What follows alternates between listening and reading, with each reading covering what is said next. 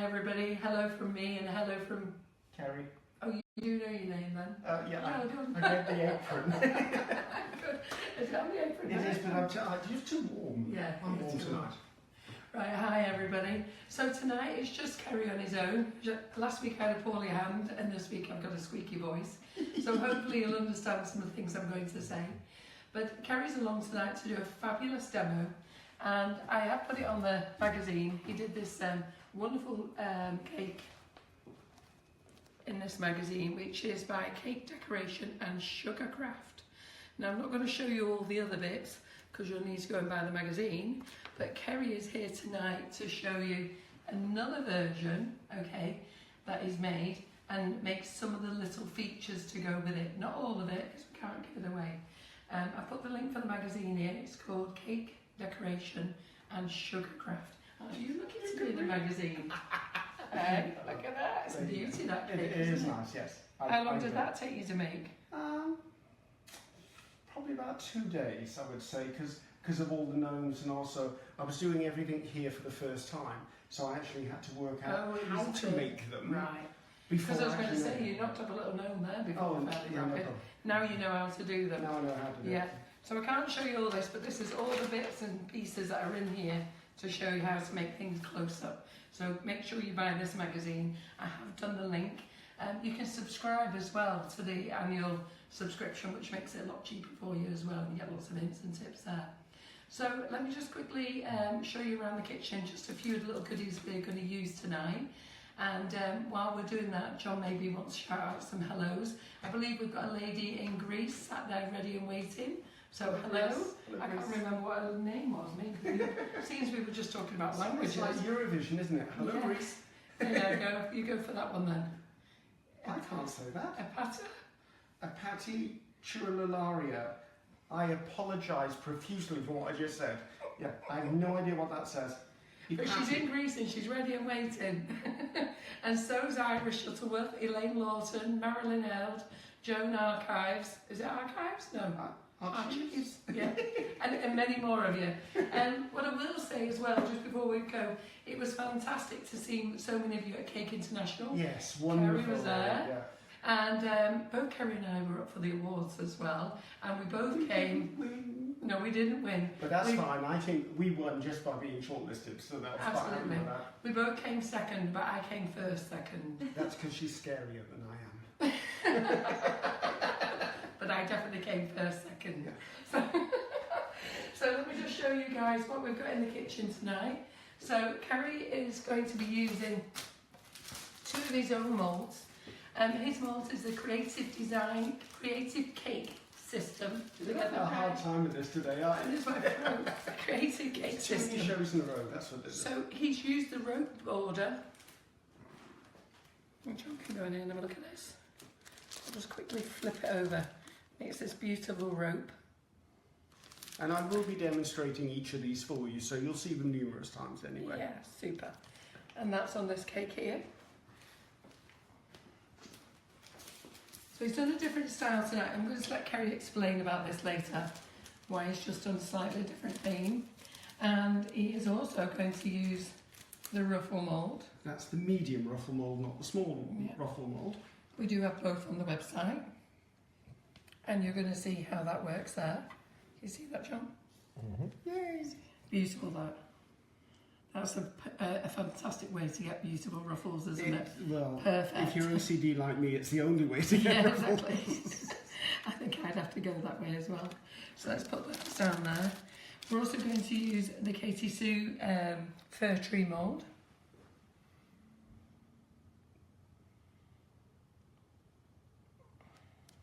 And if John stays there, I'll bring some things over to you. Yay, go John!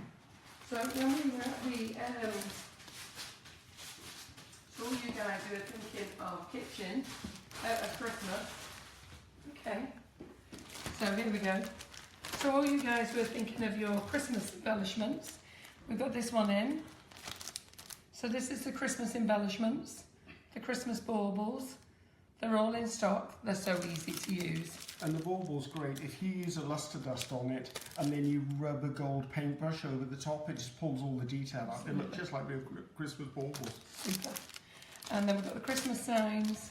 And Maria's going to post all the little videos this week as well for you guys. We've got the mini Christmas plaque, the stars. I call it waffle. I don't know what it's really called. What is it? Here's the it is waffle. waffle. Wow. Yeah, well done. Score You know for your us. job, you, don't you?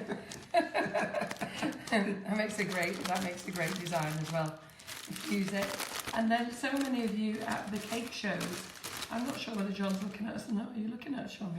Wake up, Okay. John. Yeah. I'm still here. I did lots of demos on nifty nozzles on these foam cupcakes. They're absolutely brilliant. They're back in, they're on the website. £3.95 if you want to grab those. And then this fabulous mould here, again by Katy Sue. Lovely. I love that one. It's a massive mould. It's massive. You've got lots of elements within it. I mean, yes, you can do the owls, but you can bring the individual heart out. You've got the leaves, you've got the branch. I've already seen some wonderful stuff done with this, and I love it. It's so cute. If you actually click into the link of each of these moulds, all Ceri's moulds and all the Katy Sue ones, we've actually added the little video to each one. And as I say, Maria is going to be posting them this week on Facebook, each video. Yeah? So these are beautiful. So these are all in stock now, guys. Well, I'm I going have to a move these out question of the for way. you, Go on. because I've never seen these before. You know, I'm thinking those really handy. So once you've typed on them and you've done your photograph and that, Yeah. do you then just throw them in the washing machine or something? No, I scrape it all off. Yeah. Scrape it all off, rinse them in hot boiling water, give them a couple of more, it's just like sponge, just keep rinsing them, and then I sit them on the radiator to dry. So Don't put them in the dryer. No, they're true. Do you put a thin They skim of won't shrink and buttercream? melt all over. Can you imagine foam all over the dryer? So do you put a thin film of buttercream to stick them into their case? I don't actually stick them in the case at all, I was completely lazy. Oh, okay. When I was doing nifty nozzles, let me just show you what they're like. When I was doing the nifty nozzles, everybody saw them and fell in love with them. Because you know I'm always saying use rich tea biscuits. And the guy from McVitie's went past and he was so chuffed that I was saying use rich tea McVitie's biscuits. So he was, and I also had a packet on the stand. Very disappointed when I pulled these bad boys out as well though. But anyhow, they're 6 for £3.95. And anybody who watched me doing the demos this week, they just saw me. Thin layer butter coat, nifty nozzles all over, did a design, knocked it off, another thin coat, and it just went on. You only need 6, don't buy any more. You just keep knocking them off. Practice, practice, practice. Really very easy. You want to display pieces for wedding fairs? Yeah. Why have a cake that's actually going to go off on it? Why not use a substitute? Well, I've got to be honest, I did my cake displays all with real cake, and as they go harder and harder, you notice they shrinking and shrinking and shrinking. So I binned everything last night. Every cake I've made is actually went in the bin last night at Cake and Bake Manchester. So in January, I'm actually going to make all 2018's cakes and make them all new bundles, everything. So some new designs, because I've got some really nice designs that I've thought of to make with nifty Look forward nozzles. to that one. Okay, well, I'll leave you with all your... And all your are these in stock? Because They're in stock. Martin's saying that he tried to order them on the website and it says not in stock. No, I wish he placed his order this morning, and it's possibly already gone. But Martin, they are in I stock. don't think his Martin's order has gone. We can, Well, if Martin's we can order- add them tomorrow. If Martin's order hasn't gone, send me a message after Martin, and I'll make sure I'll add them to your order. Because I spoke to your lovely wife at the show yesterday, and I know she did want some. I updated the website at 9:30 this morning, but forgot to put the quantity in. That's what happens with tiredness. I published them, made them live, did everything I was supposed to do, but I didn't actually put any quantity in, and that's why it was showing out of stock. Until I rang John at 4:30 this afternoon and thought some clever person had been and bought all of them. I thought somebody's bought them all. It wasn't me. No. No, it wasn't me. I didn't even see them until like 5 minutes No, ago. yeah, great. Anyhow, so what I'm going to do then now is leave you with the lovely Ceri. I'm going to have my phone on as well, so I'm going to save John shouting out the messages. I will shout them out for you, Go for gold. provided you can hear my squeaky voice. Oh, it's better than it was this morning when I spoke to you. I know it sounded awful. Who are you? So we've got Maria in the kitchen as usual. She's going to be right under Ceri's nose filming, and if I do all the questions and everything, that means that John can concentrate on that. Look at your lovely pretty face, guys. Oh, joy. Yeah. Right, I'm going to leave it to Ceri. Right, okay, a couple of things before I start. In the magazine article, you may note, I actually did all of this, I call it quick knit, and I do it with a rope mould, but what I did on the cake in the magazine is I actually created the illusion of a knitted seam behind it. When you get the magazine, you'll actually see, I drew the pattern in and used different lengths and different colours of the rope mould to actually achieve this. However, on this, I wanted to play around with my quick knit version again. I like that name, quick knit. And I thought this would look absolutely gorgeous if it was a christening cake. So if you can imagine that around a christening cake, just put a flat top onto it, and that was why I used the ruffle, because I thought if it's for a baby or a baby shower or something, that's a really cute way to do it. I could put little dragées in here, I could actually put more detail on there. So it's just, I wanted to share with you a couple of really handy moulds that once you've got them, they can be utilised for a lot of things. So let me have a quick look at those before we go on to fir trees and gnomes and we get all mystical on everybody. Let's look at some of the basic things and then I know that I've done them for you. So, the rope mould is the Creative Cake System rope mould. 3 different sizes. I used the large one here. And when I had the commission to do the magazine article, Leanne, the editor, actually said to me, she said, I want it on a Nordic theme. So what I did is I actually did a few Pinterest searches, and once I'd looked through everything Nordic, I decided Norwegian or Nordic actually meant big chunky cable knit jumpers, gnomes and driftwood. Well, I achieved the chunky knit and I achieved the gnome. I didn't find a place to put the driftwood on. So there you go. So that's where the inspiration comes from. They are loving your board though. Loving the board. If I have time at the end, I'll explain how I did it. But it's an easy enough technique, but if you haven't seen it before, I will try and fit it in before the clock strikes midnight. What I've got here is, I've got some Renshaw's Sugarpaste or fondant for those who are not in this country. What I've done is I've added some Tylo powder just to firm it up a bit. For those of you who know me, you'll know as far as I'm concerned, I use about 500 grams or a pound of sugar paste or fondant, and I usually put about 5 grams of Tylo or Tylos powder to that, depending on your ambient temperature, the climate, humidity, the heat of your hands. That will give me a good enough paste to go in and out of the moulds and retain its shape. So all I'm doing is I've taken a piece of paste, I'm rolling it out to be a long log or a sausage.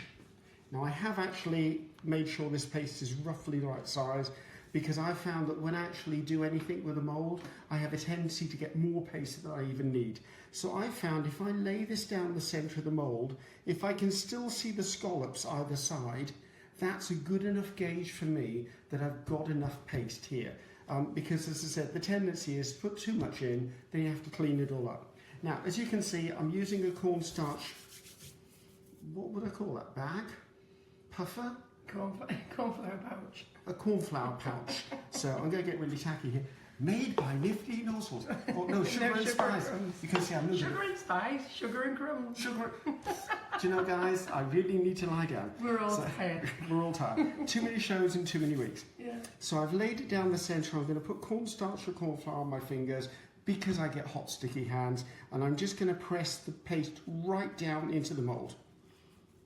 Now what I want to do is I want to be able to see the edges, so I'll go along and pinch the paste and then continue to push it down. Now, They love sugar and spice. They love sugar and spice. Have to rebrand your whole company now. You're now Sugar and Spice. So now I know that I've got a little bit too much paste in here, and I did do that on purpose because I wanted to show you how to clean it up. So I work my way along and I'll pinch the edges of the paste just to create a ridge down the middle of my moulded piece, because that will represent the excess I want to take off. Now, most of you would probably reach for a little palette knife, a little knife. I love this knife, it's a fruit knife. I got it in a charity shop and I love it. Don't use anything metal on a mould, because if you scar your mould, you've completely ruined your mould, you wasted your money, you've got to buy another one. So what I do is I get a plastic modelling tool. You can buy clay modelling tools in some of the crafting stores.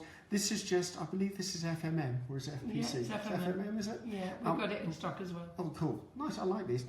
As you can see, I do use a lot of their tools. They're actually really robust, handy tools. I put my finger on top and I'll run this along the surface of the mould. Because it's plastic, it's not going to damage it in any way. So take off the excess, remove that. Come on, off you come. So put it under there, get rid of this. Now, obviously it's going to be a bit rough, so go back in and press it down into the mould because you want to get all of the indentation of the spirals. Next thing I do is I'm going to open out the mould just to make sure the edges are clean, flip it over. Now I'm going to open this up like a book and walk my fingers along. As I do this, what it will do, it'll give me the rope. Now because there's Tylo in this paste, I can actually handle it. I do tend to, when I'm doing something like this, leave it lying straight. Now if you want to make sure it's straight, use the edge of the mould just to straighten it up. I'll probably make 5 or 6 of these, and then I'd put edible glue onto the cake and put it onto the cake. Now the cake was prepared with a thin coating of sugar paste or fondant first. I'm not attaching this directly to my buttercream. Now if I wanted to be absolutely flawless, I would cover the sides of my cake in the same colour I'm doing the rope. Because of the spiral action, you will be able to see a little bit of detail through there. I've chosen white on this cake. So what I did is, where I would normally put, say, a 3mm coating on my cake of sugar paste or fondant, I put a thinner coating because the rope will take up the rest of it. It needs to be a nice coating, but it doesn't have to be perfect. It's going to be unseen. I then go in and I'll put edible glue on a section, and then I'll literally go in and I will attach it on and snip it off at the top. Periodically, come away from the cake to make sure all your lines are vertical. That's the only thing I'd say. Work your way around. With this one, after I'd done this tier, I then rolled out a piece of white sugar paste or fondant, put it over as if it was snow, and then put the next cake on and continued up. And as you can see here, I just put a simple rope of paste around here, which I rolled by hand to just give me the bottom edge. So right, so that's the rope one. As I said, very handy. Think Christmas as well. If you painted this gold, great for a Christmas cake. Any of you who do card crafting, if you do air drying clay, perfect for the edge of a Christmas card. It's really useful. I use it a lot. So that's that one done. Let's pop across now to the medium ruffle. Now there is a small ruffle, and as Carol said, you do have both of them on the website currently. There is a medium ruffle. One day I'd like to say there's going to be a large ruffle, but I've got to convince some people to go big. So we like them big. Watch this space. You never know, there might be one in the future. But there's no promises there and no pressure. So I've dusted this with corn flour, cornstarch, purely because if I dusted it with icing sugar, any moisture in here would then turn to syrup and it would grip onto the paste when I put it in there, and we don't want that. So knock out that. Now I've knocked it out so that there's no excess there that fill in the details. Now again, I've got a ball of paste. This is a little dry because I've been talking, but it should be okay. Again, it's sugar paste or fondant that actually has gum in it, and the gum is the Tylo powder. So I roll it out. Now this time when I put the sausage down the middle, I put it down so it actually is that width. That's roughly the guide that I need to tell me how much paste goes in there. Now, if you're someone who's going to be ruffling a whole cake, I would say do one ruffle, weigh it, and then you can know exactly how much you're going to use. So a bit of cornstarch on my fingers, and I'm going to press it down into the mould, just walking along the mould with my thumbs. Now you're going to spend a bit more time than I'm doing here, obviously, because I want to try and get as much into this evening's demonstration as I possibly can. Now along this edge, there's like a tooth or serrated edge. You need to push the paste so it goes under that flute. So I work my way along. It's worth taking your time doing this, because if you don't, you won't get that nice crisp edge to the ruffle. Now, if you do find when you're doing this that your paste is cracking when you take it out or breaking, it could be you haven't got the right quantity of Tylo powder in it.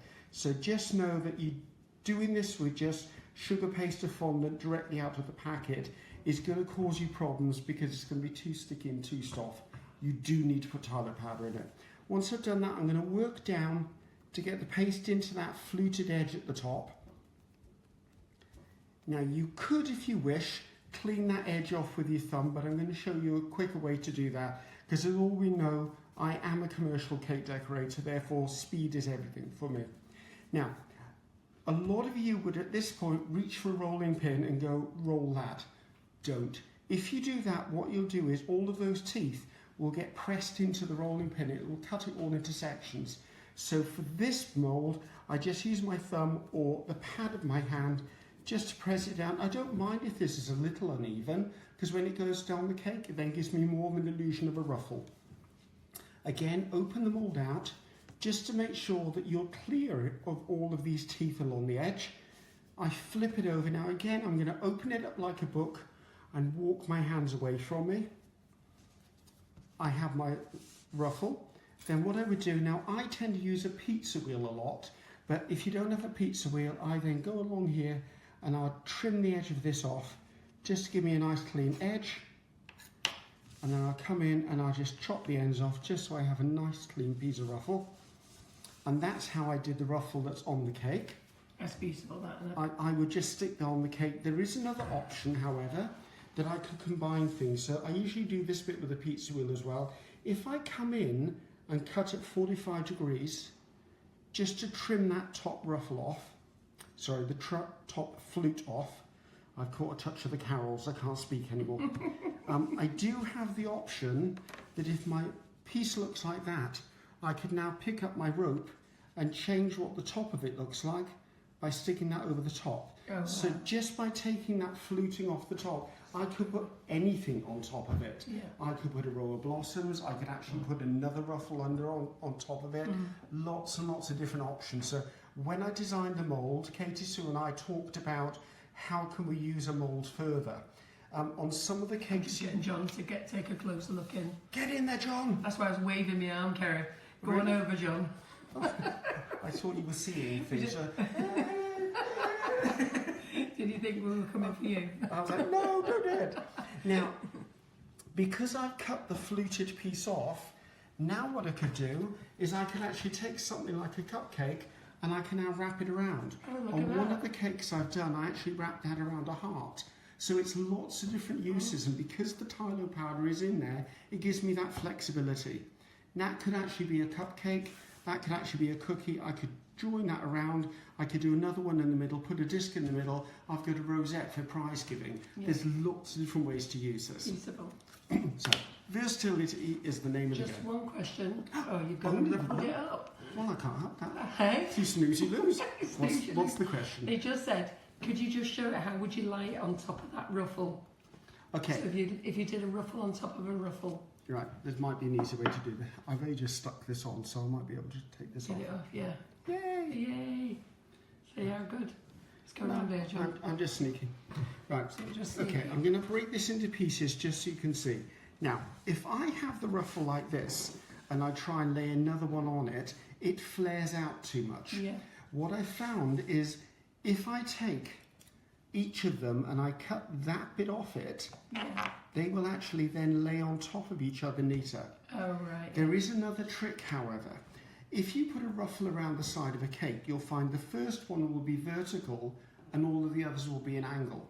So what I found is the bit that I cut off, I put that around the cake, then I take the next ruffle and I lay that over it, and then the next one. As you can see, they're all then on the same angle as I build up the side of the cake. That's a good secret tip, that actually, isn't it?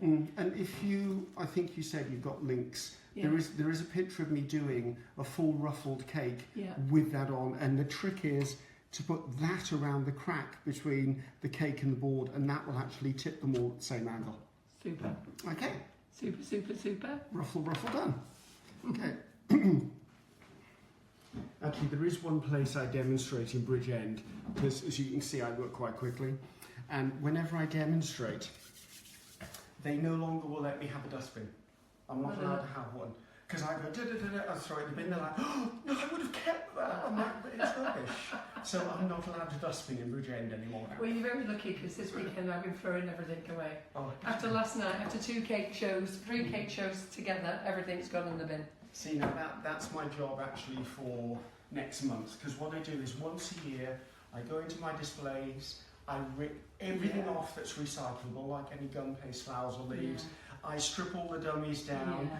I empty the cupboards of anything because I feel if it's been in the cupboard a year, even though no one is actually going to eat anything I produce for display, it looks tired. Yeah. The colours tend to fade, Yeah. it might get dusty. So I have this huge purge, which people are probably going, oh my goodness, what are you throwing away? But in art, it forces me to do fresh, like you said. It was funny though last night. I was at Cake and Bake throwing things in the bin, and the amount of people that came running over going, I would have that, I would have that. And a lady came up and she said, can I please have your pink dome cake? I'm going to use it as a cake topper. So basically she's going to pass off my pink dome cake on top of her big cake. We know where you live, really. She There'd didn't be give me a a credit name. somewhere in there. She didn't give me a name, I'll be looking for it though. Right, so I've dealt with the rope, I've dealt with the ruffle. As I said, I really love the ruffle. It gives you a quick commercial way to do a cake with the ruffle on it. If you're someone who does ruffles for real, you will know that it takes a long time to roll it out, to ruffle it and stick it on the cake. There are different looks, however, someone with very little skill can achieve a professional looking ruffle using a mould. Yeah. Whereas if you want to do very high-end work and you want bespoke ruffling, that's when you charge extra and Yeah. you get the handmade version. Yeah. But nowadays, when you're doing cakes for cash, you need to learn to work as quick as you possibly can, but still give a high-quality wow factor, which is one of the main instigators for me working with Katy Sue, to get as much detail into a mould so you have a really professional high-end look with as little effort as you can possibly get. Well, there's a few people who said they've already bought your mould and they love it. Yeah, they've been very popular. I was actually surprised how popular. I thought I'd have some resistance, but I've done quite well with it. And people are asking where can they buy the mould. It's actually a link on our website. But if I'm almost sure I put the Ruffle mould on. John's just caught me eating. It was watermelon, that's not a sin. It's watermelon. It is To watermelon. my throat. Well, if it's not on the website now, it will be by tomorrow. It will be. It'll be on in half an hour. I'm going to run out now. Put it on. Oh, I've only got half an hour now? No. Oh, okay. Right, I want to move on to the Christmas tree because there's lots of different options with the Christmas tree, and I've had fun using this. Well, I call it Christmas tree, it's a fir tree, but I've used it as Christmas tree. Now, that's what it looks like when it comes out of the mould. Okay? Now, I've done that in air drying clay, basically because when I do TV shows, I just throw all the moulded pieces into one big box and take them with me.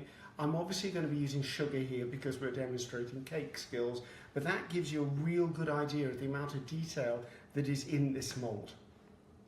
We'll put that one down there for a second, leave him by there. Now, so I've got to touch the carols going on here. Lady Karen Naylor said, please show how to join two side by side, but I think... Two side by side what? Yeah, I don't know. Let's answer the question, ask the question again. But Okay. I think we've already done it. That's you doing the ruffles on top of each other. Right, let me just quickly then reiterate. John, come in. Come on So, in, John. Get now- closer. Obviously with a rope, it's really easy to join because all you do is you cut where the spiral is and then they join back up again. When it comes to the ruffle, you will find that what you need to do is you need to cut directly, it's not real nice, directly along one of the pleats and butt them up. There will always be a join. Okay? Try to plan your cake so that the joins are in a less visible place. Obviously, don't stick them at the beginning or the front of the cake.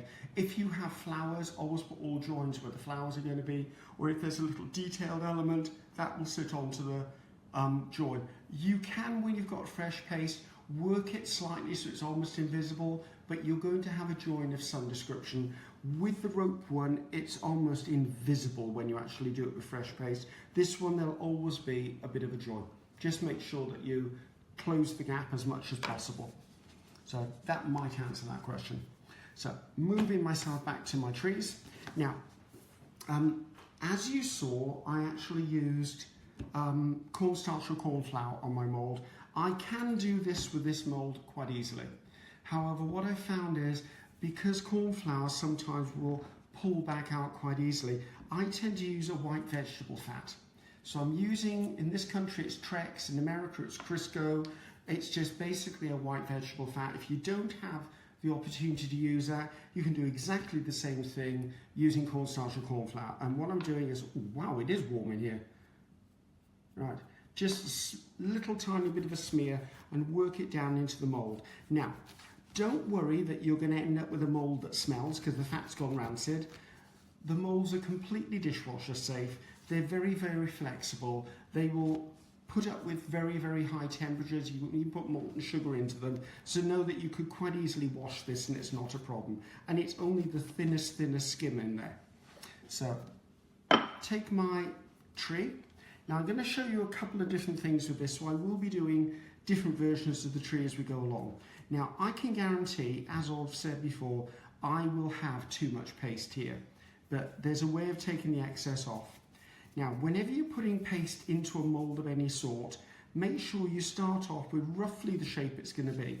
Now, I tend to start at the top, and with a rocking finger with my fingers, I'm pushing the paste down, but ahead of myself, so all of the excess paste is going down to the bottom of the mould.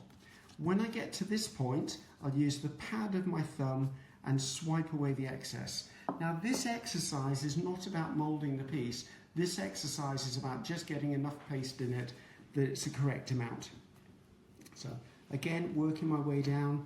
With this one, you could use a rolling pin quite easily to roll over the top.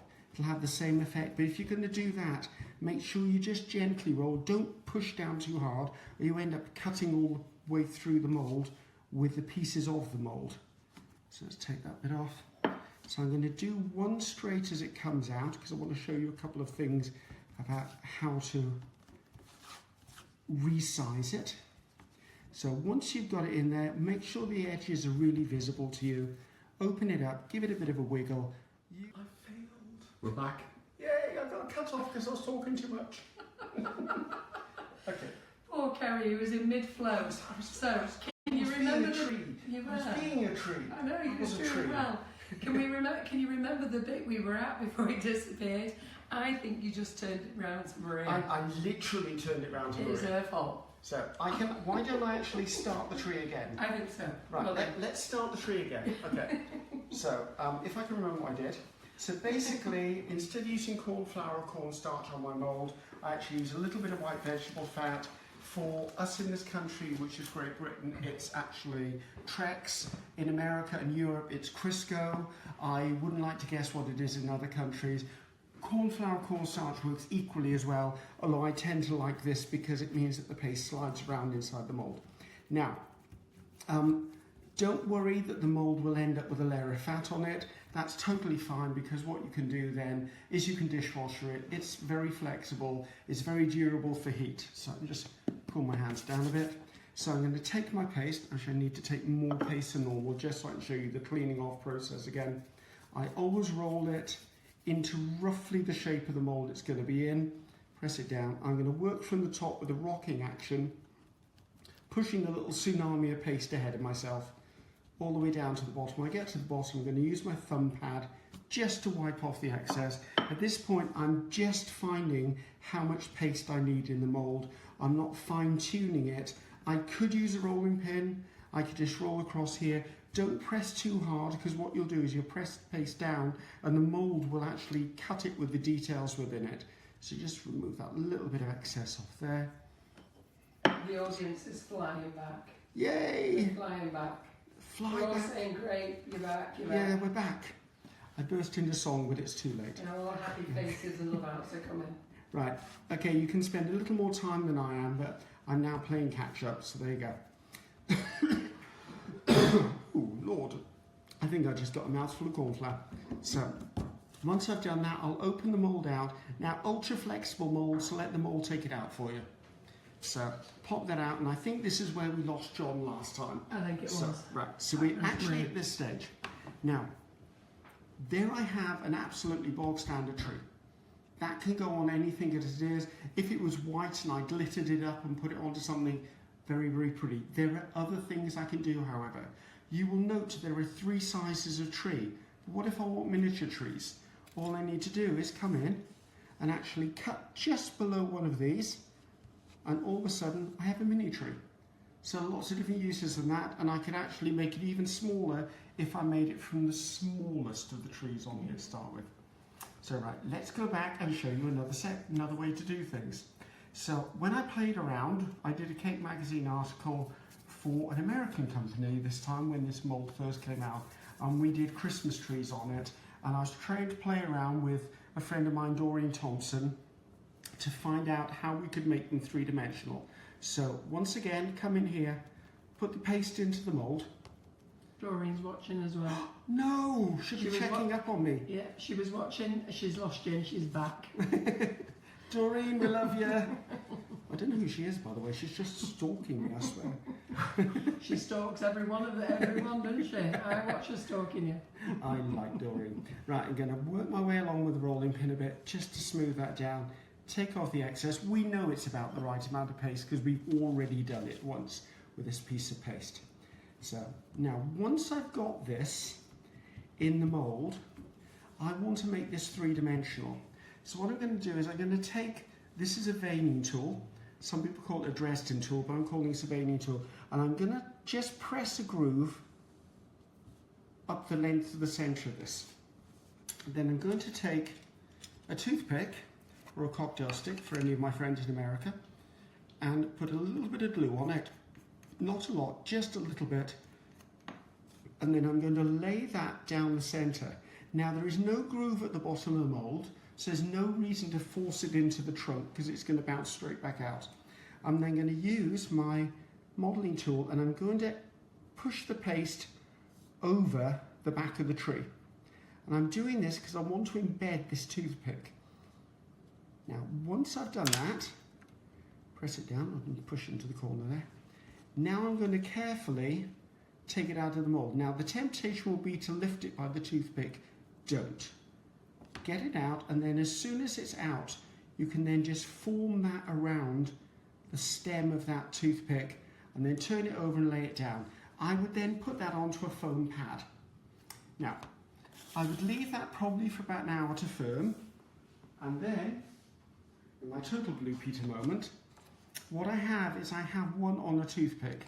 Now, I don't want it to be one-sided. I actually want more than that. We always want more. So I'm now going to take paste one more time, roll it into my cone shape. As I said, take a little more time than I'm doing. I'm working quickly because I actually want to give you as much as I can within the allotted time. And as I don't know what the allotted time is, it could go on for hours. So again, corn flour on my fingers because I've got hot sticky fingers. So when I get to the bottom, I remove the excess, tidy it up. Now this time, I'm not going to put a toothpick into it. I'm actually going to leave it flat backed. There you go. But what I am going to do before I do the next stage is I'm actually going to make sure that it's loosened in the mould. I'm not trying to take it out. I just want to make sure the air has gone under it a little bit so it doesn't stick. I'm then going to take a little bit of edible glue and I'm going to make sure I do almost to the edge. Don't go all the way to the edge of the fir tree because what will happen is when you put the two together, you're more than likely to squish the glue out. But you do need to do the trunk down there. So, now with it still in the mould, this one has been dried for an hour or two. I'm going to lay this one on top and gently press down. Now if you leave this overnight, it's even easier, but I just wanted to show you what it would be like after doing a couple of hours. Once I press that down, then pop it out, and at this point you can work the trunk so it's a little rounder, and look at the edges here. If you see any edges you don't like, this is the point that you can go in and actually manipulate the end of the fir tree round. You are not going to see those edges unless you see the tree from the side anyway. Then I'd stand that up in a bit of styrofoam and let that sit for a couple of hours before I started working on it. That's how I do three-dimensional. Very good. Now, that again is your bog standard tree. So now we need to do some magic and make it look a little better than that. So I need about 2 minutes and Maria needs to move. I'm going to run over you, Maria. So, only because I need to get some dusts on the go here now. Let's put that to one side. Get myself some kitchen paper, kitchen towel for the American friends. So I'm going to take a seat. Lovely flamingo pink stools. For those of you who know me, you know I hate pink, but there you go. So does John. So, That's shocking. with you, John. I'm so with you. So I'm only going to do one side of the tree because you don't need to see both sides of the tree. Yeah. It's the same exercise over.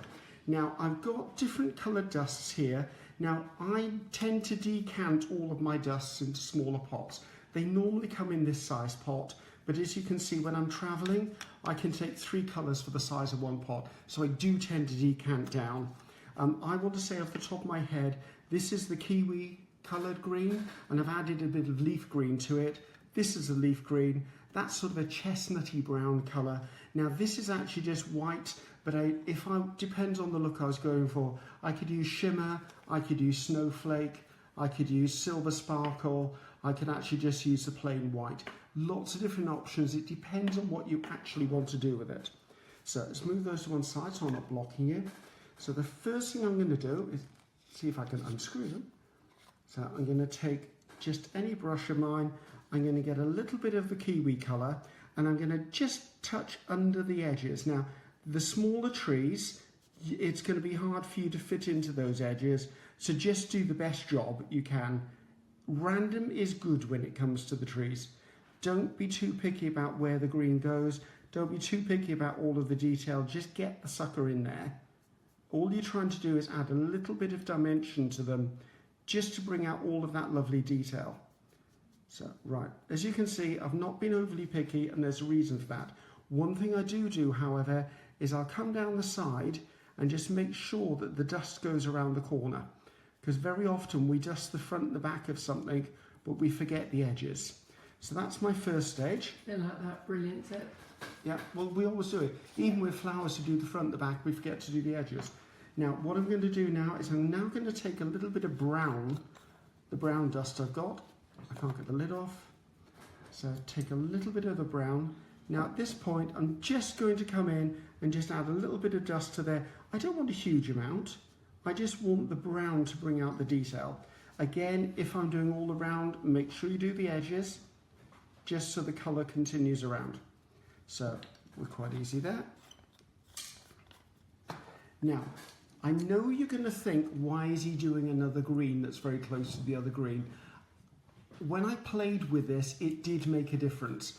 I don't know why it made a difference. It just made a difference. Trust me. If you put more than one green onto something, it actually does bring the highlights out. A lot of people have said, why didn't you do the tree dark in the first place? By having a pale colour behind it, it actually throws the light through the dust. Again, I'm not... Go for it. Is it best to let it dry before dusting? Depends on how much time you've got. I mean, I could dust this now, the one I've just done, and it would dust beautifully. I tend to do lots of prep work in advance. So say I've got 40 Christmas trees to do, all the trees. I'll do them all about a month before because it's in a box, it's dust-free, damp-free, I can store them, it makes me faster.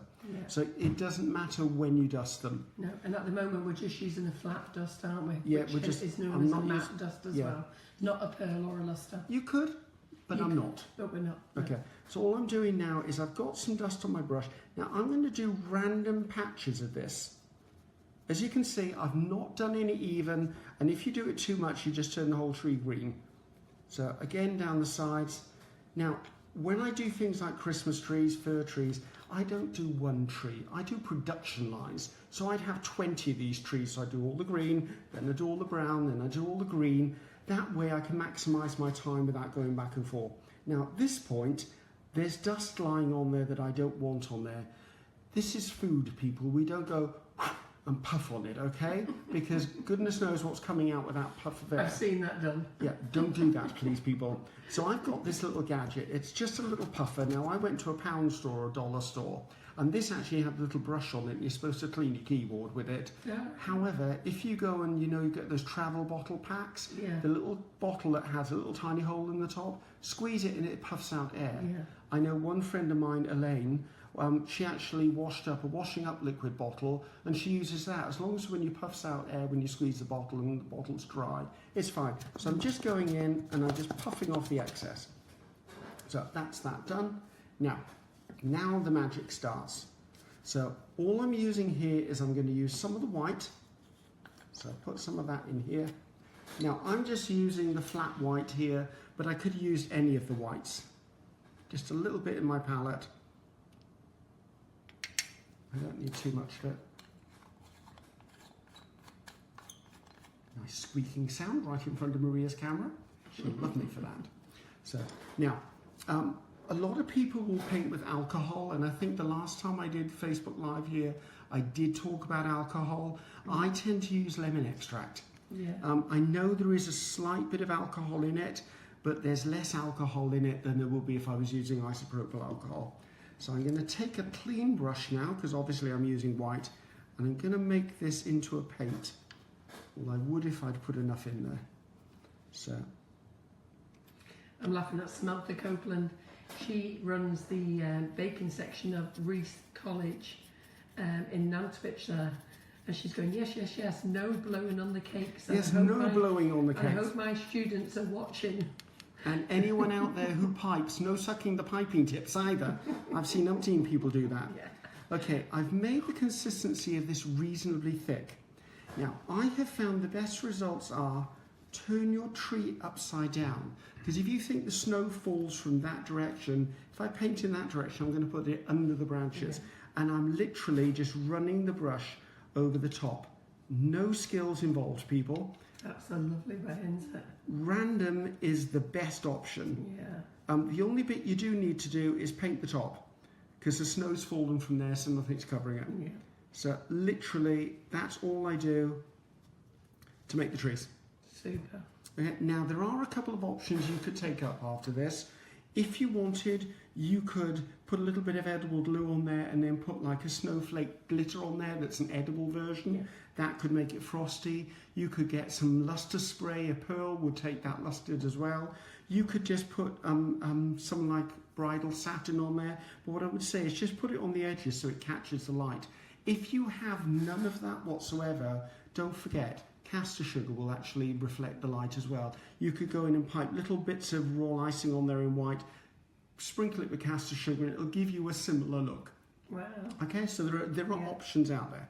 So let's bring the trees in. Bring in the trees. Yeah, Let's bring in the trees. Because what I'm going to do now is I'm actually going to put the trees on the cake as I scrunch out before we go on to the Nordic gnomes. So I see you. So as you can see, I've already made the trees. And actually what I'm going to do is I'm going to clear the decks, take this out of the way and put it over here so I have more gnoming experience in a minute. Now, before we go any further, you are honor bound, if you're using a toothpick in something, in a real cake, to tell the client there's a toothpick in it. If it really worries you, you could do this with a piece of spaghetti.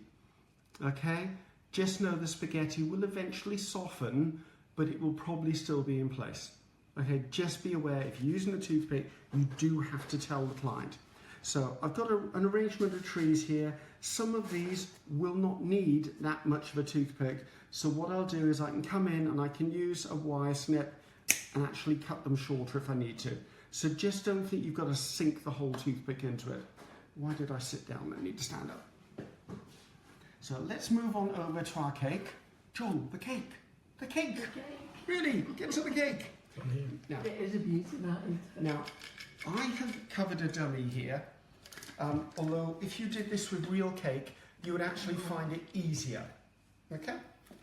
Now, wherever you're going to put a toothpick in the cake, make the hole first. Because if you try and push it in straight away, you never know where it's going to go. What are you doing? I'm just moving it up You're right touching my trees, woman. I am. Oh, no touching the trees. I like feeling up the furs. That's gone viral. There you go.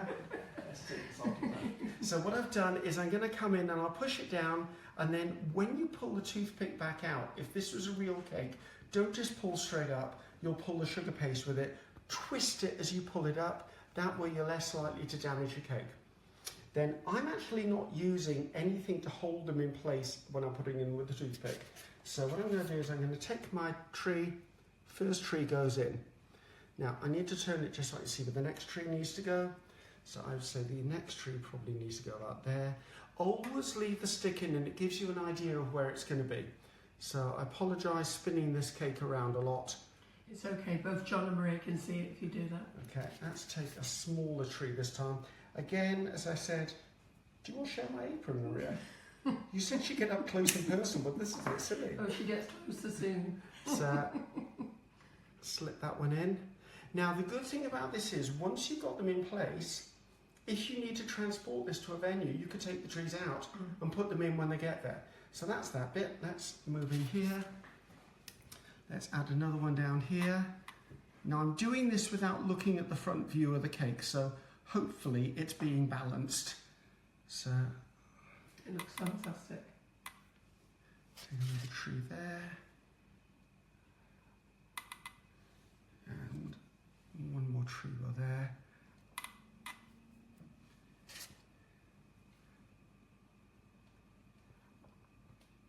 Now, when it comes to the trees, there you go, John. That looks And there you go, Maria. fantastic, Kerry. When it comes to the trees that are actually not going to be embedded in the cake, I use a bit of raw icing. Now, you do have options here. I'm using green raw icing, and what I've done is I've actually coloured the raw icing with the same dust colour that I made the dust for the trees out of. That way it's going to be a little less visible. So I'm just going to take a bit of this, put it into a parchment cone. You can put it into a plastic bag if you want, or you could just put a daub of icing on the end of a paintbrush and stick it on with that, but I tend to reach for a parchment piping bag every time I do it. Let's put the lid back on that so it doesn't dry on me. Right, put the top of that over, just wind it down, make sure it's not going to come out the back of the piping tip. Just need to clean the palette knife or I'm going to have problems later on with the white. So now I'm just going to take a small pair of scissors. Everyone's saying your cake looks amazing already. You've seen nothing yet. Yes, exactly. So They snip, don't know what you've got in mind, do they? now snip the end off that. Now what I'm going to do is I'm just going to put a row of raw icing down the back. Now I chose green because the tree's green. There's no reason why I couldn't have picked pink because the cake is pink. So it depends on what you want. I'm just going to come in, rest that up against the cake. Now, as long as it's in position, that's all you need to do. Don't go pushing it because you're going to end up breaking it. So again, another bit of edible raw icing on there. Just stick it in behind that. This is where your artistic flair comes in. Have you got artistic flair, Maria? No artistic flair from Maria, okay. She has. Nil point. She's very good. So That looks excellent, Kerry. now, I'm in love with this cake. with the little trees, you can just stick a little ball of raw icing on the back and just pop them in place wherever you want them to be.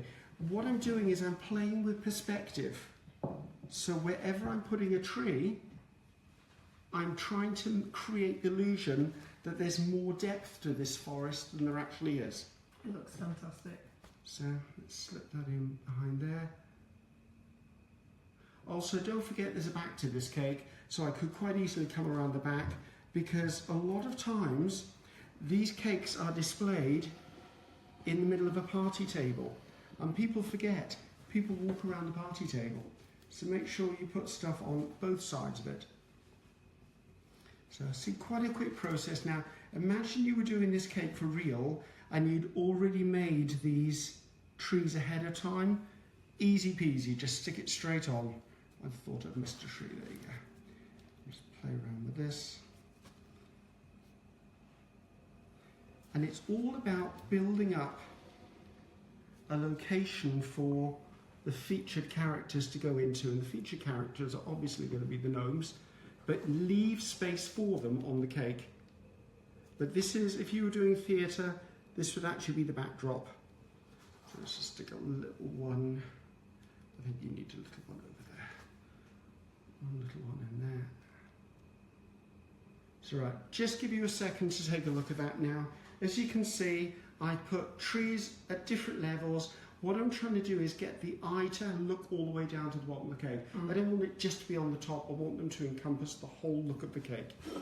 So, are there any questions on trees? Because I'm about to move on to naughty gnomes. There's just somebody just asked a question there, said, can you put cocktail sticks in a cake? Yes, because They think that you could put wood in a cake. think about it. It's a cocktail stick meant to go into fruit in the drink. I agree. It's a toothpick which is meant to go into your mouth.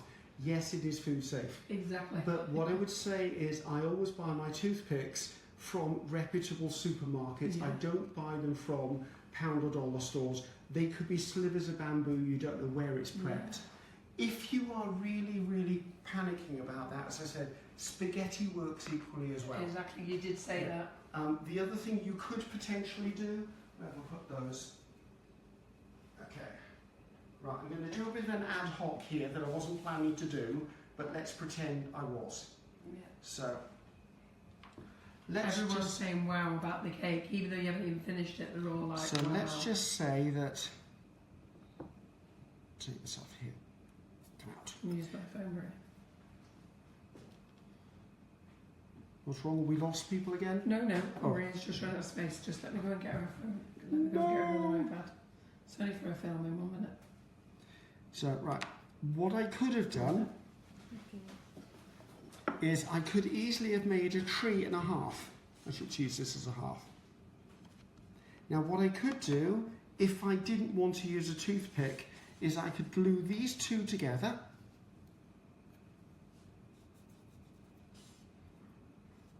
Let everything totally dry, and then what I could do is stick this.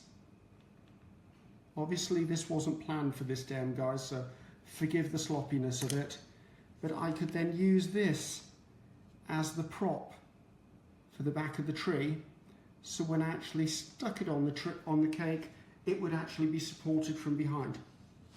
A little bit of raw icing around the bottom of that so it looks like snow, and it's already secured in place. So there is an option for not using a toothpick. I just find for convenience sake I use a toothpick.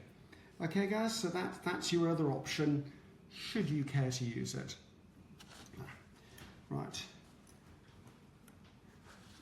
What we did, Carol, is I just showed them how to make a back support. Oh, if right. you don't want to use it, you do need to attach those with a dog or icing, Yeah. but it is another way to actually have the tree on there. And to be honest with you, it's not going to look that much different. No. Okay, but it does give you a completely edible version if you want to steer away from using it. Fantastic. Well, I thought that was very good of you to show them that, Kerry. Well, there's a small fee involved, but I'm sure they'll do well. I'll tell them to start sending donations after. Yes, cheques made out to Mr. Ceri Griffiths, please, and nothing under £100. Okay. Right. Kerry, do you do classes? I do teach classes around the world. Predominantly they're piping classes. Yeah. I do occasionally teach commercial gun-paste flowers, like I do roses, peonies, orchids, the ones that I would use most within the wedding industry. Yeah.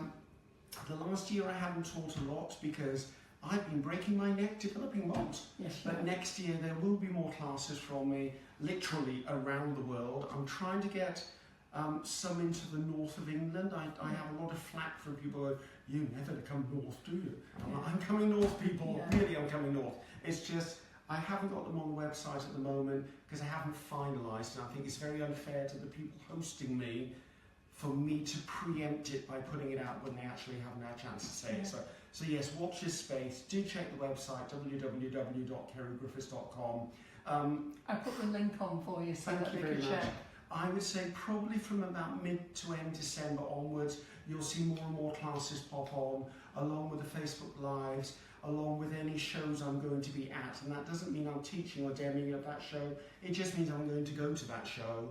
If I'm teaching a demo, I'd let you know anyway. So if you do want to catch up or you want to see me in person or say, listen, I've got a problem with this cake, how do I cure this? Come and talk to me, I'm very approachable. Well, that's it, you So, are. And then another question, they want to know how you got the shape from the cake. Now I know, and it's very easy. So it was one cake, wasn't it? It was one cake, and I gave it to one of Carol's dogs. He chewed it a bit. No, it didn't at all. What I did, this originally was an 8-inch round. Now, if it was a real cake, so let's talk real, I would have taken my knife, I would have laid it first, and I would have cut a shape out of it. That bit then turned around and became the top bit. Yeah. So it's It's still very narrow on top. Yeah. If John has a look, you will see it came from the one cake. So it is still only an 8-inch round cake, but to a client it looks a whole heck of a lot It more. does. You will find if you do something like this, these ends will be really pointed, so I just rounded them out because they're a nightmare to cover if you've got pointy ends on something. Hence you don't see a lot of square cakes from me. I don't like covering square cakes. I get really, Is that why? Oh, I get really lazy with square cakes. Right, let's have a 2-minute tidy up and let's go into the land of gnome. They love that idea. What, going into the land of gnome? Yin and yang shape, they say. Yeah, actually, yes, you could have done, because there are teardrop-shaped tins out there, you could easily have done it. Yeah. It can be any shape you want. At the top here, by the way, I made this just by putting a lump of sugar paste or fondant underneath before I covered it. If this was a real cake, I could use Rice Krispie treats. I could have used a spare piece of cake and built it up, but to be honest, that little mound there is such a small piece of paste, no one is going to complain about it. So, let's move on to gnomes. Now, anyone who knows me knows that I don't model. I make incredibly good gargoyles, but I'm always challenging myself to come up with something new. And when the opportunity came to actually do this cake for Cake Decoration Sugar Raft magazine, what I decided was I wanted to challenge myself to create a gnome. I googled, I did Pinterest, I found that these gnomes, these little felt gnomes, kept coming up as far as a Nordic theme, and I went, I'm sure I can do this. So I did it with the view of aiming it at the enthusiast or the beginner, where it's one of those things, these are so simple to do. Do them with the kids, have them have a chance to make their own individual character, and then they can go on the cake. So I've had great fun doing this, and I was really, really pleased with the response that I got from people. I thought everyone was going to slam me for showing really juvenile moulding, but you know what? Everyone loves them. They're so cute. They have no internal support. They're completely edible. You can do them in sugar paste. You can do them in modelling paste. You could do them in modelling chocolate. If you wanted, you could hide a Ferrero Rocher in the middle of it or something. There's lots of different ways to do it, and every single one of them has a different character. So I'm going to show you quite a large one, just so that John and Maria can actually get close enough to video it. But then what I'll do is I'll introduce you to the rest of the family, and you can see different variations. You can see ways in which the same technique can be made into different seasonal characters. So, you want to see all the love that's going for you, Karen? oh, lovely. Lots of love hearts, lots of likes. Lots of love. They don't know me, You're do doing they? very well. You know, you're well worth loving. Now, I've said you can use any paste or fondant, okay? You could use just sugar paste or fondant with no Tylo in it. I tend to put Tylo into mine because I've got radiators for hands. You could use a straight out of the packet modelling paste. I mean, I've used Renshaw's for everything today so far. I know Renshaw's does have a modelling paste. You could even take a coloured Renshaw's paste and mix it with their modelling flour paste and get a 50-50 paste. Okay, so anything works for this, and as I said, I've kept it really, really simple for all the right reasons. So take a bit of paste. Now, in the magazine article, I give specific weights and proportions for each different section. I was requested to do that because it's a magazine tutorial. However, when I actually do it for real, I just eyeball everything. And what I'm going to share with you is basically how I eyeball it. So take that bit off. So the way I judge how big my gnome is going to be is if that's the mass of paste that's going to be my gnome, that's how big my gnome is going to be. If I want a smaller gnome, that's how big my small gnome is going to be. So decide on the proportion you want your gnome to be and start with that piece of paste. So get your paste into one blob, then I roll it into a log, a sausage, depends what you want to call it. Maria, you get any closer to me and you're going to be an earring. So then I divide my paste into quarters. Now, 3/4 is going to be the body, 1/4 is going to be the hat. So I'm going to cut the top off because that's the quarter, and I'm going to put it under something so it doesn't dry out. That could actually be a plastic bag. I put that in. Now, we know the size of a quarter, so I'm going to take an extra piece of paste, and what I want to do is something that's roughly half the size of the quarter. It's the only way I can work out how to do this, guys, because very often I just eyeball stuff and I go, oh, it's too big, too small.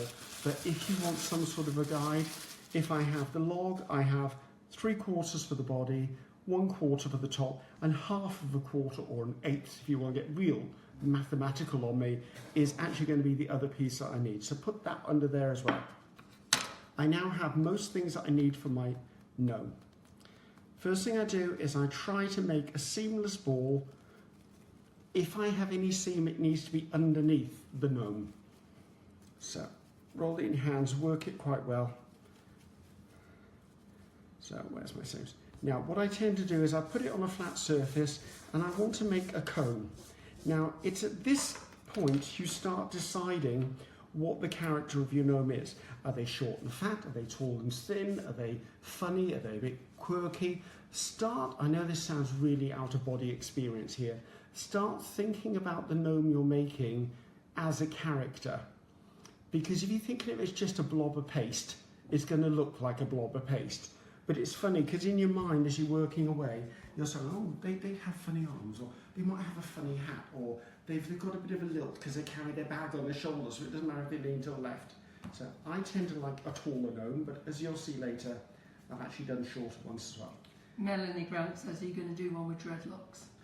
Not yet. But this gnome may become a bit confused about its gender because I need to show you both male and female on the same one. It's a transgender gnome from Norway. Gnome from Norway. No. I need new teeth.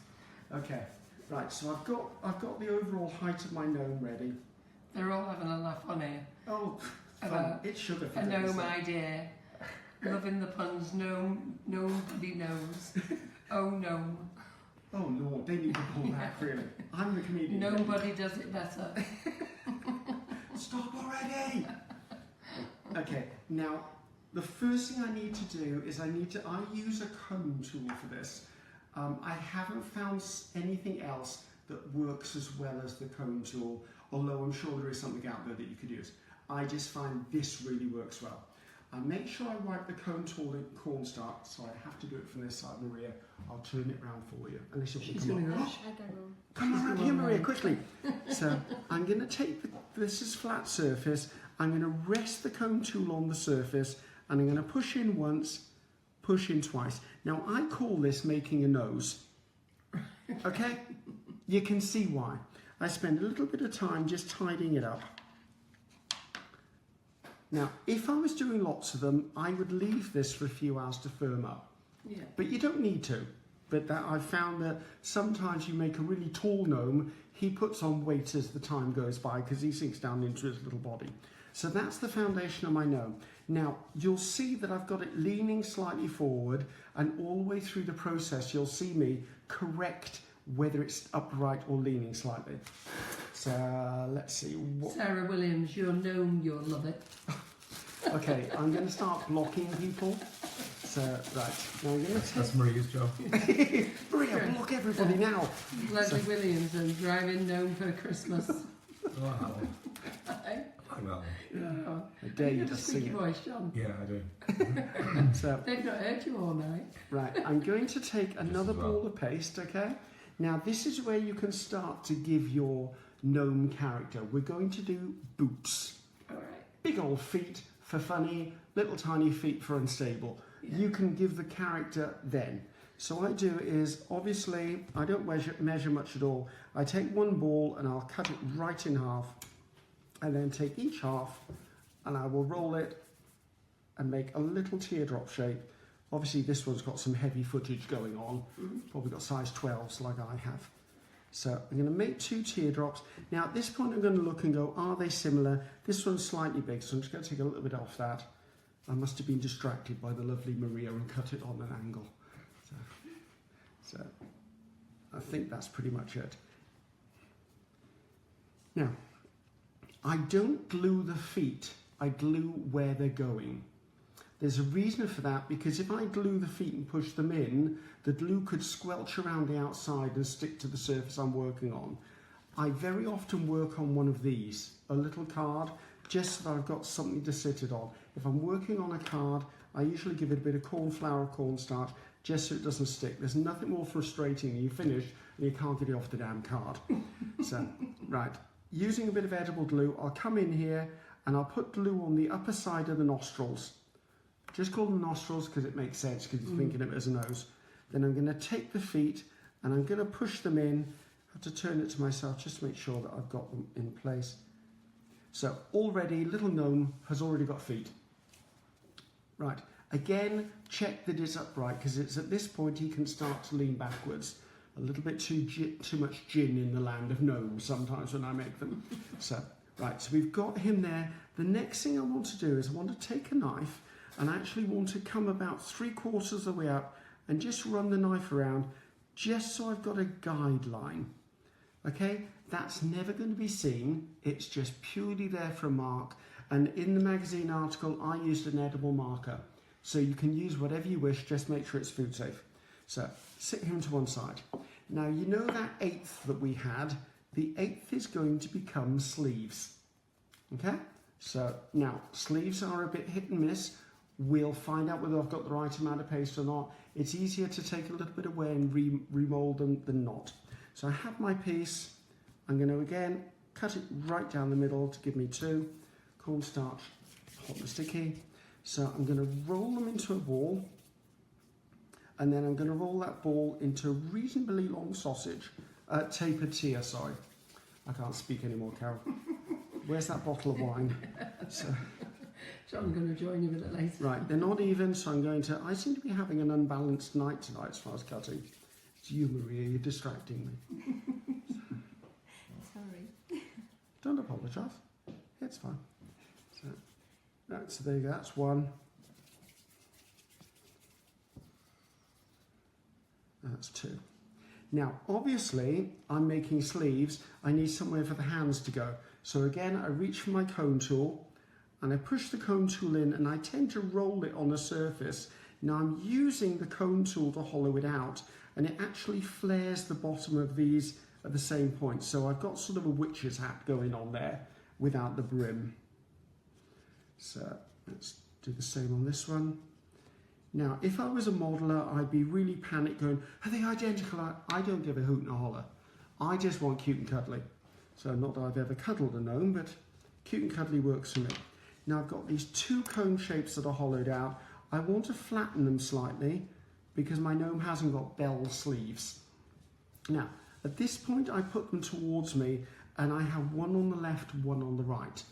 I will then tend to give them a little bit of a bend because obviously there's an elbow involved, and then I'll take a knife, pick it up, and I'll do a little bit of a cross just to give it the indication of a crease in the sleeve.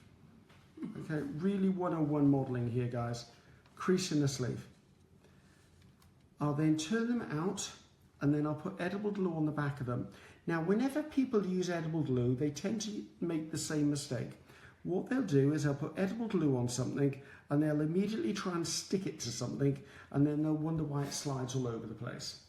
The trick is put edible glue and let it sit for a few seconds and it makes the surface a little stickier, so when you put it on it's almost like contact cement. It will stick immediately. Now I have to turn this towards me and Maria because I can't do this the other way around. I need to look at my gnome straight. No, I'm going to do it the other way in a minute.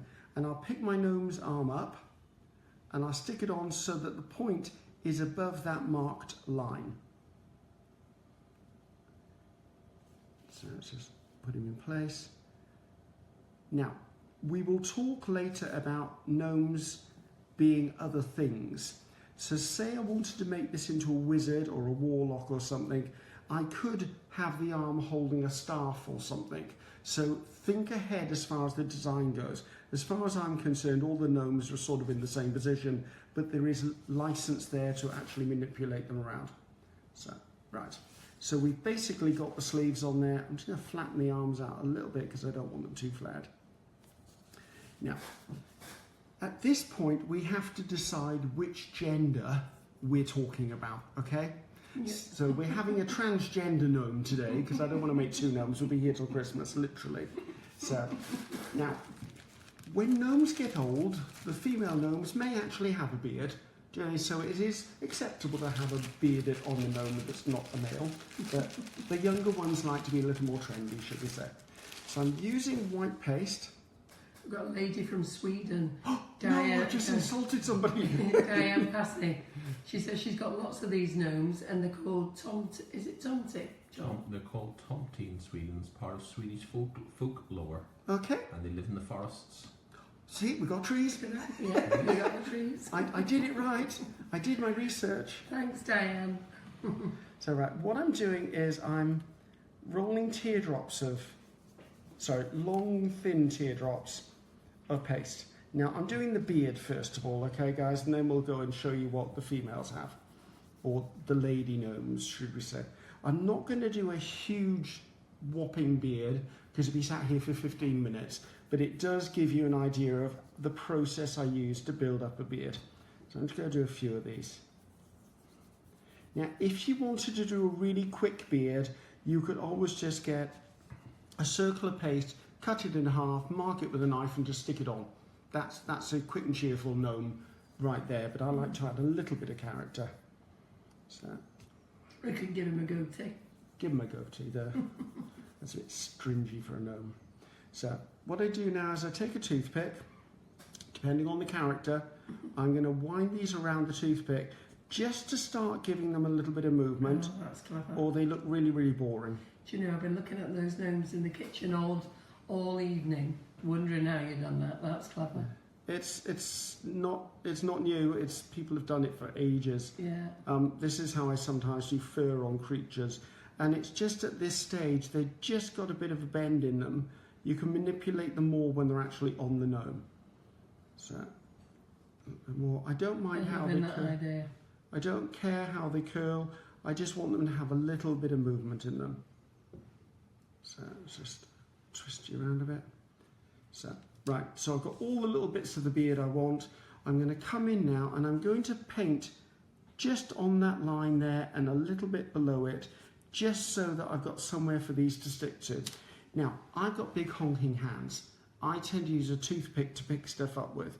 So I tend to pick it up, I'll attach it, and I'll use the toothpick just to roll it into the surface.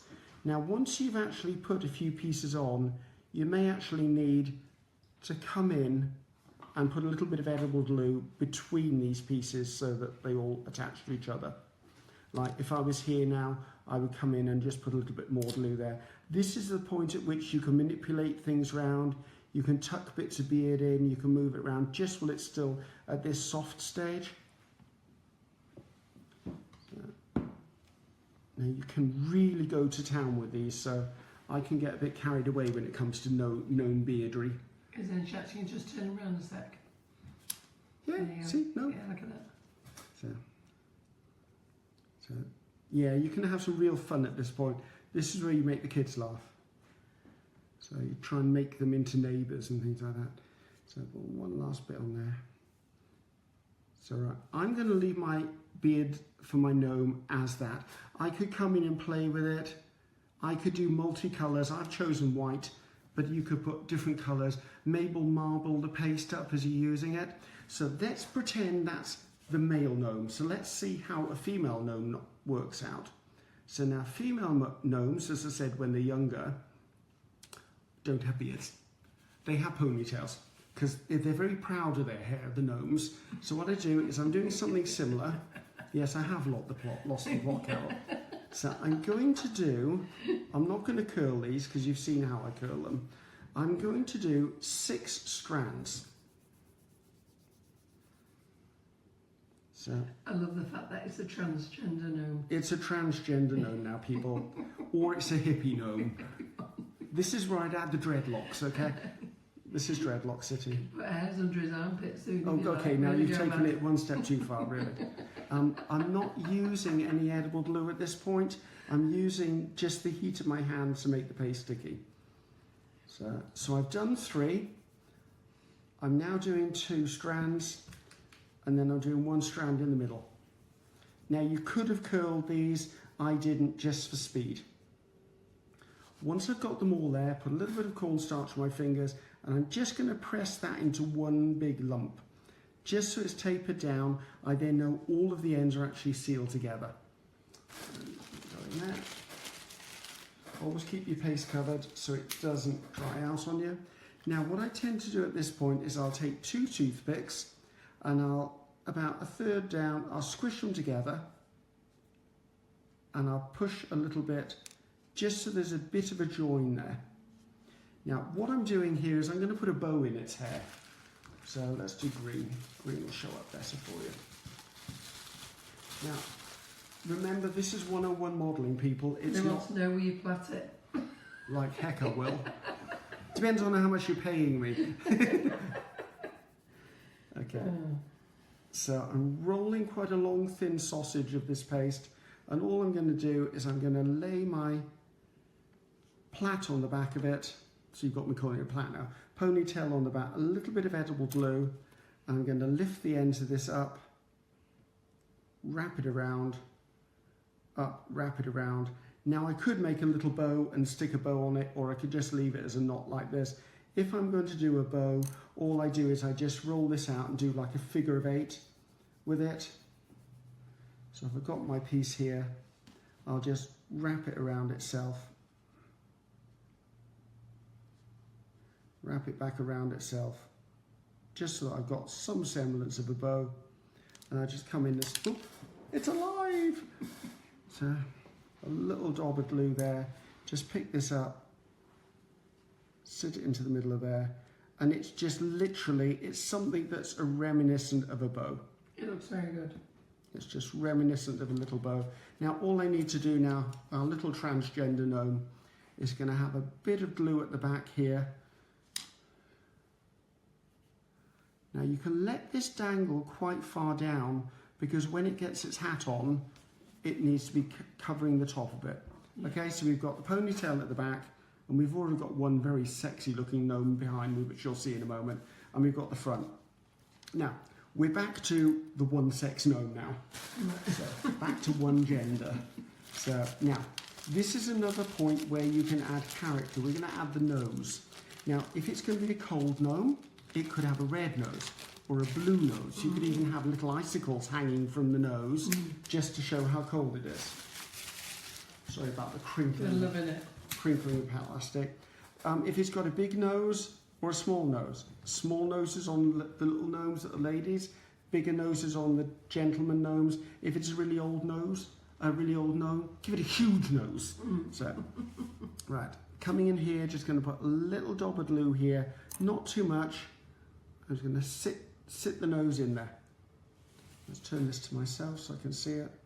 So you can see I've now got the nose above its beard.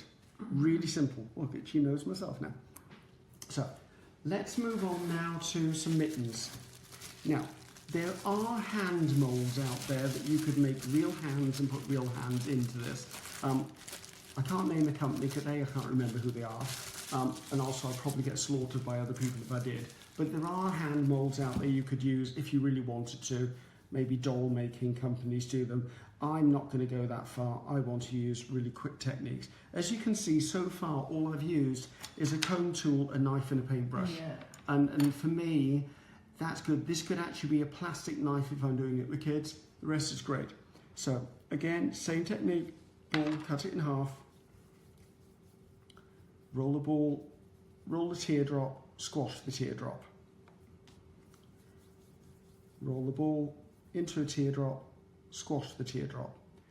Now, if you are doing this with the kids, this is the bit that I would probably say, let the adult jump in and do it. Okay, we don't want any injuries here. I'm going to cut a little bit of a wedge out of the top. So I'm almost making like a lobster claw. Now, because I don't want it to look like a lobster claw, I then go in and I'll just take the tips of those pieces off, just so that it's nice and blunt.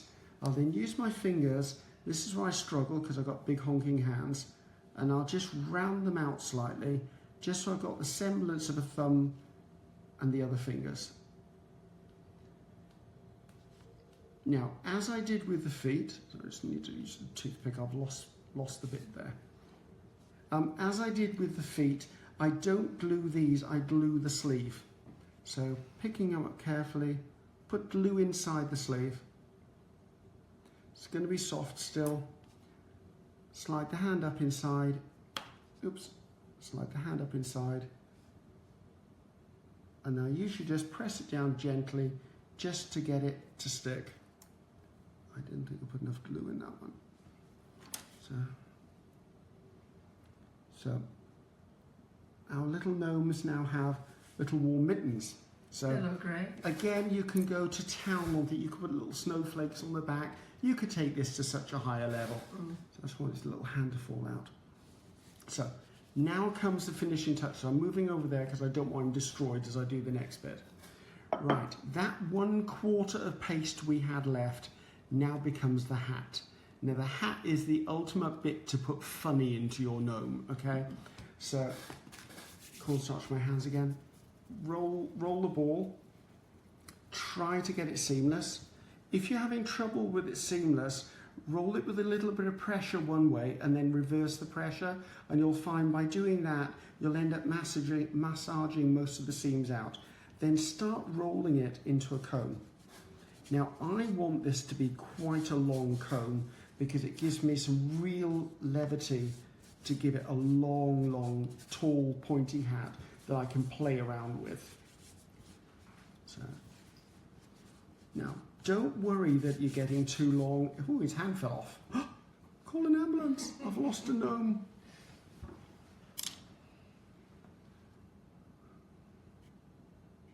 Don't do that to me. People will call in. So, right. So, right. There you go. So I've got quite a tall piece. It's taller than the gnome myself. It's just, that's my personal preference. You can make them as long or as short as you like. Again, with my cone tool, I always put it into cornstarch because you're going inside a piece of soft paste, it's going to get sticky. So I'm going to start working the paste down. I'm rolling against my board just to get this started. Now, I want to make sure I'm pushing in the direction. If I push to the side, I'm likely to go out the side of the hat. If that happens, you just need to start again. Just roll it back into a ball. Now, once I've got it to a reasonable diameter, I'm going to go in my finger and thumb and I'm going to start pinching it because it's easier for me to help the hat grow by pinching it.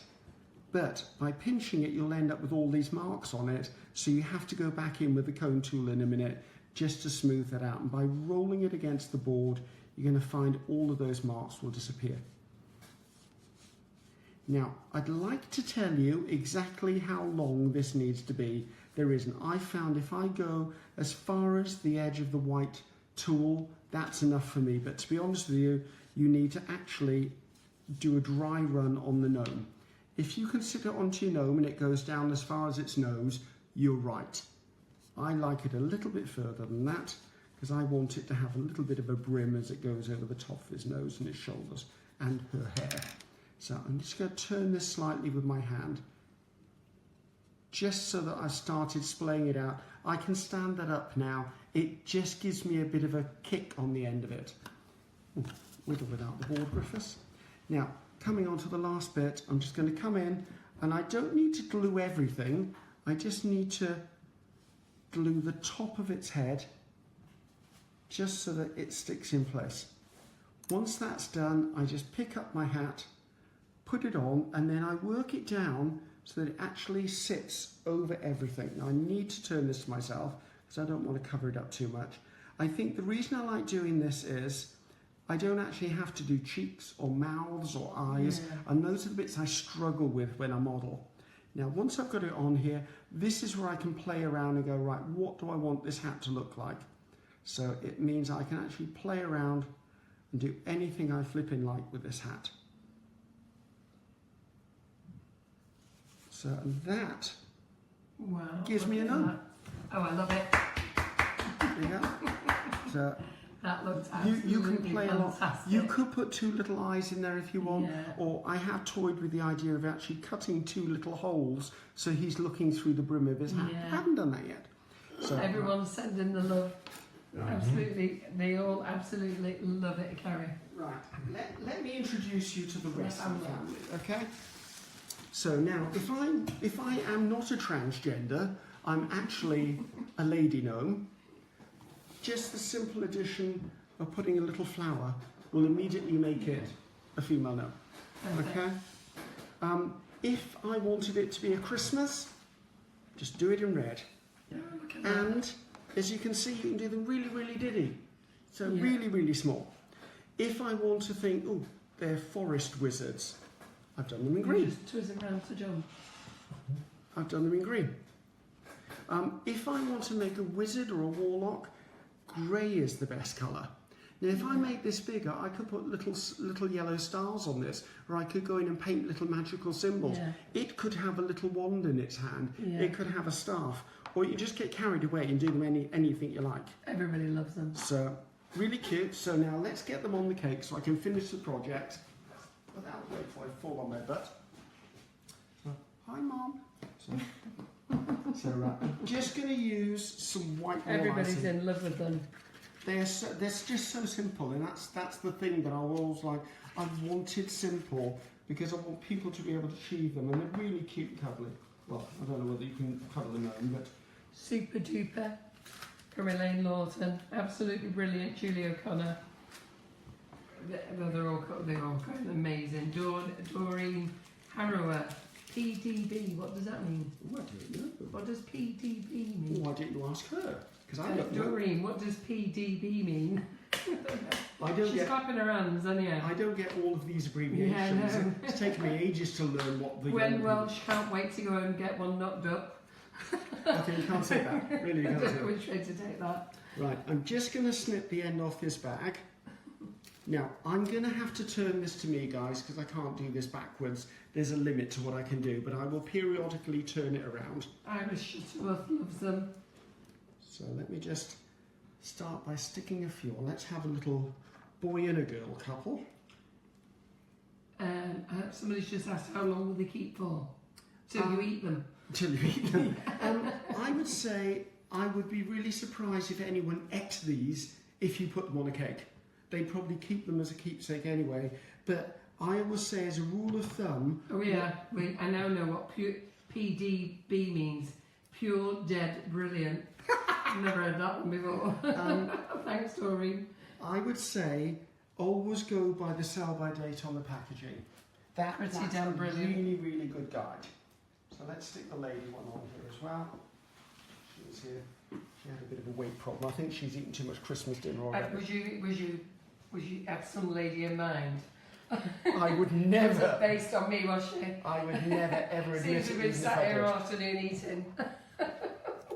We haven't been. We've been to. Where did we go? We go to Marks and Spencer's, didn't we? We went to Marks and Spencer's, pizza and ribs.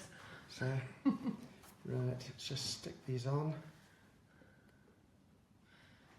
So, as you can see, We've gone a bit gnome crazy. we've gone gnome crazy. But you know what? But it lets you see all the family, doesn't it? Yeah, and we're not going to put him on because I think he'll clash with the green, and he can stay to one side. But as you can see, just really cute. I mean, who wouldn't like that? That's fun. Kerry, I think it's you know, absolutely I'm going stunning. to change something. You can come up there. Yeah. So, look away, people. We're going in. We're going in. So, They absolutely love it. then, of course, you can always come in and just tidy that up a bit.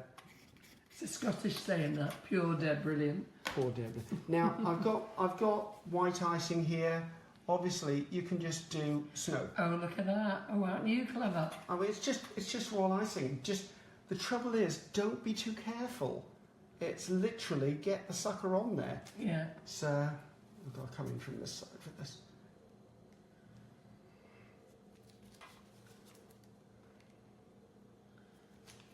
I mean, How these cool things is are that? supposed to be fun. That's what it's all about. Elaine said you could just put the blue one on the right hand side. I think they're feeling he's being left out. Oh Lord, he's got issues. You know that, don't you? He's got a. I think that's a gnome too far. I'm Yeah. sorry. There's a place, and that's too far. Okay, how am I doing for time? You're doing really well for time. You've done amazingly well. Right. That's absolutely brilliant. So come on, guys, show the love. Let's give them all those love hearts. Let's see them all passing through. So a few people I'm have going to move just this over joined. here so you can actually get more light on it. There you go. So a few people have just joined. If you've just joined, when we finish tonight, give it 5 minutes and it'll be on our Facebook Live. All those love hearts Well deserved, Ceri. Everyone absolutely loves it. The viewing figures are really high as well tonight, so you've had a massive viewing figures. They look absolutely amazing. So, Right, where's the wine? Where's the wine? John's sitting there saying, I have to say that's so pretty. All the moulds are on the website. I think I've missed a link just for the ruffles, but I'll put that on as well. You can buy everything off the website. If you want to watch Ceri again, you can just go back to the Facebook page when we finish, rewind, and it will also be on YouTube tomorrow. Maria will piece the two parts together. We only broke up once tonight, so she'll put both parts together. Yeah. And just to give you some sort of indication with this cake, if I was doing this for a customer, as soon as I got the order, I could have made the trees way in advance. I could have made the gnomes way in advance. To do the quick knit effect around there took me about 45 minutes, and that was actually covering the cake as well. Yeah. Then you saw how quickly I stuck stuff on. I would say you could probably achieve that whole cake in an hour if you've pre-made your pieces. I was going to say, got yourself organised, isn't it? Yeah. The only thing I do have to reiterate is, if there's going to be a toothpick in the tree, you have to tell the person receiving the cake. Because children will do this and shove it in their mouth. Yeah. Which is why I didn't want any internal supports on the nifty gnomes. Yeah. Nifty gnomes. Nifty gnomes. I've created a new brand, Nifty Gnomes. So, We'll go with that, won't we, John? so Nifty Gnomes. So there you go. Hopefully you enjoyed that. Thank you very much to Leanne from Cake Decoration Sugarcraft for allowing me to do that live and share it with you. If you want a different idea for what we did, do get the magazine. There's a 2-tier cake in there. I've done more of a complex design with the quick knit idea. All of the steps are in there, and I actually did give weights and measurements for all of the gnomes. But as you said, as you saw, for me, I personally just eyeball it all. I did do the trees slightly different in the magazine, so what you've seen tonight is another option of how to do it. So, yeah, that's amazing, Ceri. So just to remind everybody, Ceri's absolutely right. I put the link onto the website for the website so you could buy this magazine. This is Cake Decoration and Sugarcraft magazine. Ceri's little gnomes are there, and then he's got a full feature here. So he's actually going to show you here in the tutorial how to do everything you saw tonight. But he didn't want to make that one again. He wanted to make a different one here for us. And if Ceri, if you can just bring that forward here so everybody can see. There you go. So, and don't forget, this quick knit way that I do it, perfect for christening cakes. Yeah. It absolutely has that baby feel about it. And if you put the ruffle around the bottom, voila, it's fun all the way. So it's an 8-inch cake, an 8-inch round, and Ceri's just cut a piece out and put that on top. Sugar paste it. He's used his rope mould. Yeah. Get that one out. Rope mould. Rope one. Which comes in 3 sizes. Comes in 3 sizes, and you used that size, didn't you? Yeah, I used the biggest there. That was the tree mould that I used by Katy Sue, and that gives you those 3 sizes. The little ones, I basically just cut off the top and made it into a smaller tree. I would never ever do a toothpick on a really small tree. It's pointless. Just stick it on with a bit of raw icing. Absolutely. I did show you another way of making a back, so if you didn't want any support whatsoever, just by cutting under the tree, that gives you a bit of a back support if you really want to avoid that and you don't want to use spaghetti. The other one I did use, and I showed at the beginning, was the ruffle. We did take it off the back of the cake because it wasn't part of the original design, but I wanted to show you an option or an element to do a really cute thing. If I was thinking christening, ruffles. Yeah, perfect absolutely. way to do it. And then pearlise them or luster them, and they look lovely. The sugar paste we've used is Renshaw. All the colours are on our website. We actually do have all the colours in stock. The Royal Icing is Renshaw as well. You can make your own, of course, but there's Renshaw's ready-made Royal Icing, and I'll give you the link to Renshaw's as well. So, like I said, go and buy that magazine, it's great. The video broke up tonight on Facebook Live, but don't worry, go and watch part 1. We're going to tag part 1 to the top, aren't we, Maria, afterwards, and then you'll just have to scroll down for part 2. But if you wait till tomorrow, maybe between 10 and 11, Maria will have posted, she'll have put them both together and put them onto YouTube, because I do know so many of you watch on YouTube.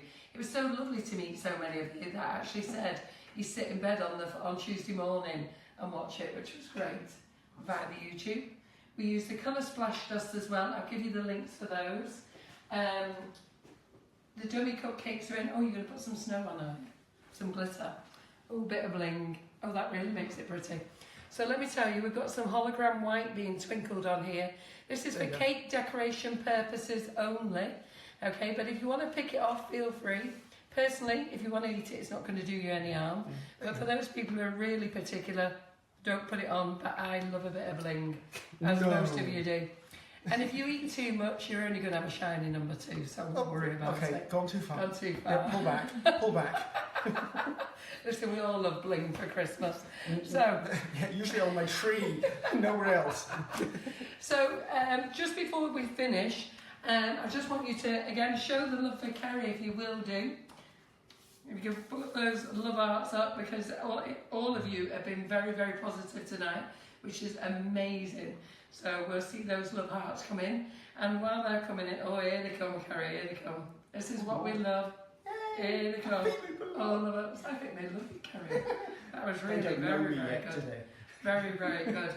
Well deserved as well, because I think it's beautiful. And all those different gnomes with all the different colours. Me, I would still stick more on. I know less is more, but I would still stick them all on as well. So I think they're great. So let me tell you about next week before we go. Keep pressing those love hearts, don't worry. So next week I've got the boys in from Baked In. Patrick and Joseph are coming along. And Joseph, that's his full title, that one. Patrick and Joe are coming along. So we've got 2 more men on the show next week. And they're going to come along and show you all their baked in goodies. They're going to do gingerbread house, a rainbow cake. I think they're going to do some boozy cupcakes. So we're going to point you in the direction of their website, and they're also going to tell you about their monthly subscription that you can join, where you get a kit every single month when you join them, which is quite fantastic. You get the booze, yeah. We can't sell them, unfortunately, because we don't have an alcohol licence. But you can buy them straight off the Baked In boys. Well, make great presents anyhow. So those 2 guys are going to be here next week showing you what they're up to. And then I just want to tell you one more thing. The Great British Bake Off contacted me. Would you believe it? They've only just finished. They emailed me personally. Can you believe it? I can't believe it. And they asked me, would I share this information? If anybody wants to apply to be a contestant next year for 2018, they've given me the link. So if anybody messages me afterwards, I can send Maria, yeah. Send Maria. So if you know somebody or you want to apply to be in the Great British Bake Off next year, all you need to do is apply for the bakeoff.co.uk. That's the link, www.applyforbakeoff.co.uk. And if you've missed that, private message me, I'll send you the link. Anyhow, I thought that was nice. Someone contacted me. Look at that. Dear Carol. Aren't you special? Yeah, I know. I didn't even know they knew me. Must have been watching our Facebook Lives. Damn! Keeping all our secrets away. Yeah, you could be on the Bake-Off. No, I'm a professional. I know. I was trained and not allowed on there. Yeah, no. So anyhow, there's plenty out there. I'm sure yes, people on there. There's lots of very talented people out there. Good. So that's us for now. Shall we do catch up or should we go bed? I'm off to the bar. Would you not together, Ceri? Would you like to do catch up? Should we do catch up? Okay, give us a few minutes to sort ourselves out. Should we say 10 o'clock? It's 10 to 10.